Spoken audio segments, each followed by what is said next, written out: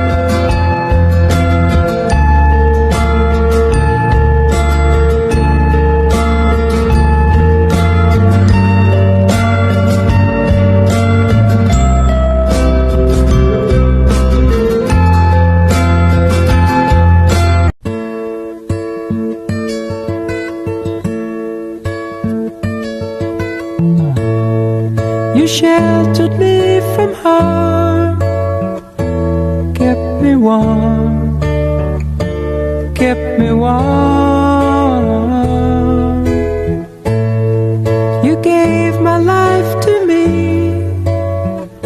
set me free, set me free.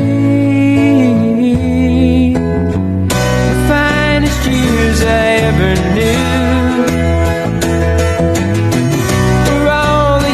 ahead with you, and I would give anything I own, give up my life, my heart, my home.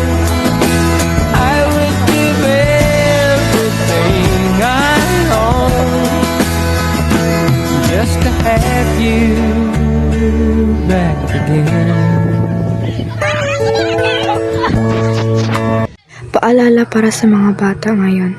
Okay lang huminto paminsan-minsan, iba pa ang phone, huminga ng malalim at hanapin ang tunog ng totoong tawanan sa tabi ninyo. Ang mundo ay hindi mawala kapag nag-off ang screen. Ang mga tao nag-antay sa inyo, oo, posible. Maglaro kayo sa labas, madapa, mag-away, bumati.